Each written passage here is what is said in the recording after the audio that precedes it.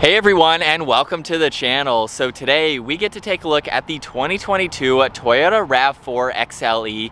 Huge shout out to Flo Toyota of Statesville for providing this SUV for me today. Check out their website, that link is down in the description. The RAV4 that you see behind me is finished off in Ruby Flare Pearl with an MSRP just over $35,000. And then underneath the hood, this has the 2.5 liter 4-cylinder engine paired to the 8-speed automatic transmission. This pumps out 203 horsepower and 184 pound-feet of torque. That power is sent through the all-wheel drive system. This weighs in right around 3,500 pounds. It'll do 0 to 60 in 8 seconds with a top speed of 114 miles an hour. And it has a fuel capacity of 14.5 gallons. You'll expect to see around 27 miles per gallon in the city and 35 out on the highway. This has a wheelbase of 105.9 inches. Its overall length is 182. It has a width of 73, a height of 68, and its ground clearance measures in at 8.4 inches. And now as we move on to the exterior styling for this Toyota RAV4, let's start off with the Toyota badge front and center. This is also the forward-facing sensor, so the adaptive cruise control that's offered on this XLE, very nice to see that incorporated into the badge itself.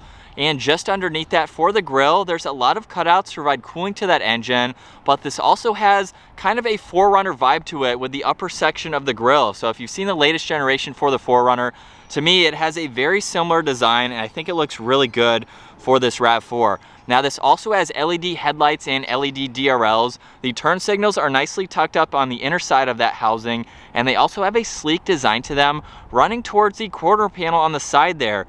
I love all the bodywork surrounding them, gives it more of a sunken in design, but they're nicely integrated into this front end, along with the body lines that you see just underneath that with the trim pieces on each side.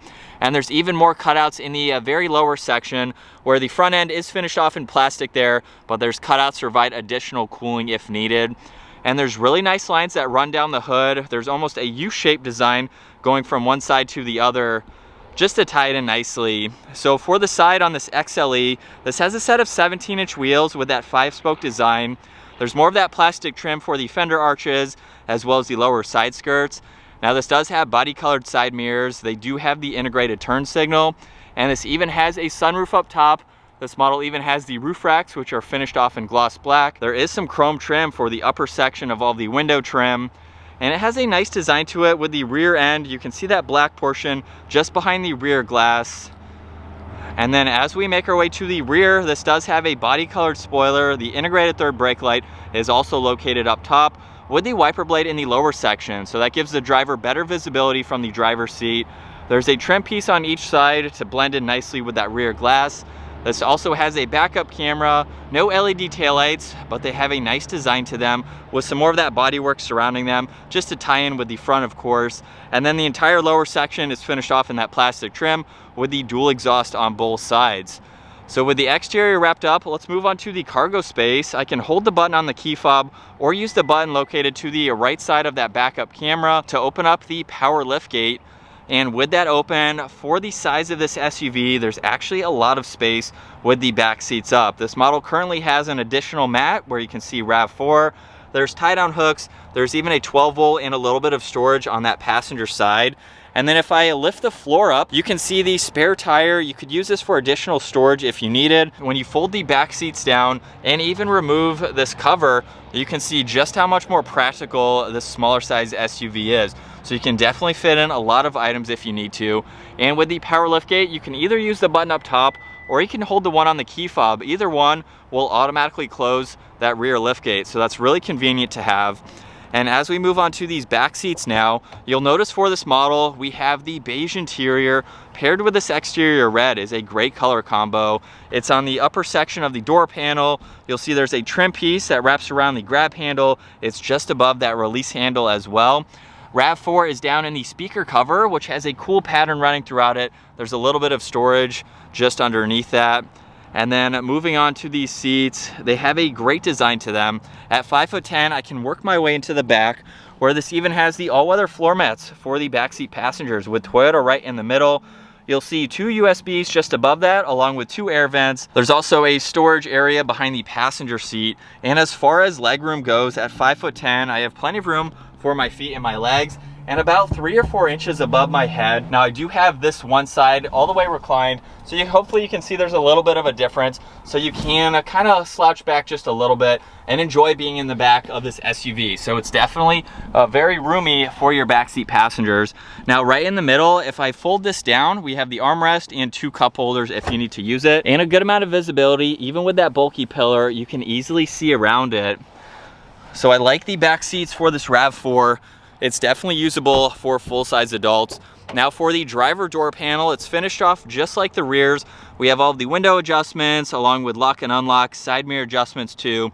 A little bit more storage space in the lower section of that door. And the same pattern running through the insert for these front seats, which are also automatic. So all those adjustments are down on the side. Same all-weather floor mats, of course. But let's hop into these front seats now, where the steering wheel is completely covered in leather. Really nice design to it, along with all the brushed accents. But let's fire this RAV4 up. With my foot on the brake, that button is over on the right side. We can bring this to life. And looking at this gauge cluster, on the left side is the tach and the engine temperature. Miles per hour and the fuel gauge are on that right side. And then for the center screen, you can go through a lot more info using these buttons over on the left side, where you'll also notice Bluetooth and voice commands along with volume for the radio. And currently that center screen is showing a lot of the technology features like the lane keeping assist, the forward collision, the blind spot monitoring, and you have a few other that you can scroll through. So it's nice to see that amount of technology in this RAV4. Now if I scroll over, you can go to the trip distance where you can monitor that information along with tire pressure, even the all-wheel drive system, so you can see where the power is being sent.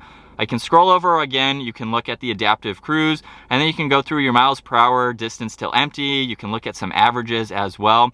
Even your eco meter, so you can view that in full screen. There's any messages as well, and then we're back to here. You can see a few other icons on that screen, like what gear you're in, as well as if you have the adaptive cruise or the lane keeping assist on. So it's helpful to have all of that front and center.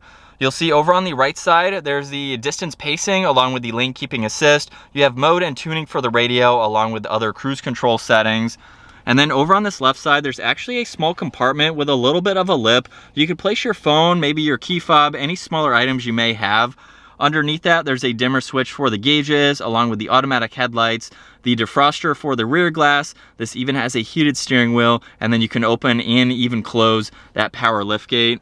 There's more leather and some trim underneath that air vent. And then as we take a look at the center infotainment system now, you'll see on the home screen, there's radio and phone. So when you have that paired, it will appear. And then currently it's showing range on that right side. You can customize that as needed. If we go into menu, you have audio and phone, apps. Projection is how you can pair your phone to this system. There's audio, even the map underneath that when you have that. On the right side, there's seek and track along with phone and apps, and then power and volume for the radio and tuning. So not a whole lot of information, but it gives you everything that you need to drive this every single day. There are 2 air vents just underneath that, and more of that trim going all the way to the passenger side. Really nice how that's integrated into the dash itself. And then underneath that is all the climate adjustments. Very easy to use this system. You can see right in the middle we have fan speed, so you can easily adjust that. The temperature dials are on both sides. There's also defrosters, where you'd like the air to go. You can sync these, turn on the AC, shut everything off. So it's laid out very well. Underneath that, there's traction control along with the heated seats for driver and passenger, even the engine start-stop feature, so you can quickly turn that on and off. Underneath that, there's more of that pattern that you saw actually in the insert of these seats. So it's cool to see that into this trim piece where there's a 12 volt and an auxiliary, so you can charge electronics on that pad. And then looking at the leather wrap shifter, with my foot on the brake, I'll simply pull the release and I can put this into reverse. You'll see the backup camera up here with the guidelines. The red line is 12 inches, then 24 and 36. It's very helpful to have those. You can also go down into drive and put it into the manual settings, so you can shift using the shifter if you need to. And then we have a lot going on this left side. There's the electronic parking brake, which you just saw go on. There's the auto hold, and then the different driving modes. This has eco, normal, sport. There's also a snow mode, mud and sand, rock and dirt. So in case you want to take your RAV4 off the pavement, you have those settings there, and it will just modulate the all-wheel drive system to help give you the traction that you need. There's a little cubby space behind that, maybe for the key fob, something small like that. 2 cup holders are right in the middle, and then if I open up the center armrest, there's some auxiliaries and a good amount of storage, so you can place some items there. You have a nice comfy armrest as well. On the passenger side, it's interesting. There's another smaller bin up top, like you saw on the driver's side, with a small lip, so you can place some items there. And then you also have the glove box for all of that larger information that you need to place there. We'll take another look at the interior. A really nice color combo for the seats and the exterior. Now, like I mentioned, this does have a sunroof, so you can manually open that up. And then we have all the controls for the sunroof up in the middle. This even has a sunglass holder, which is really convenient to have.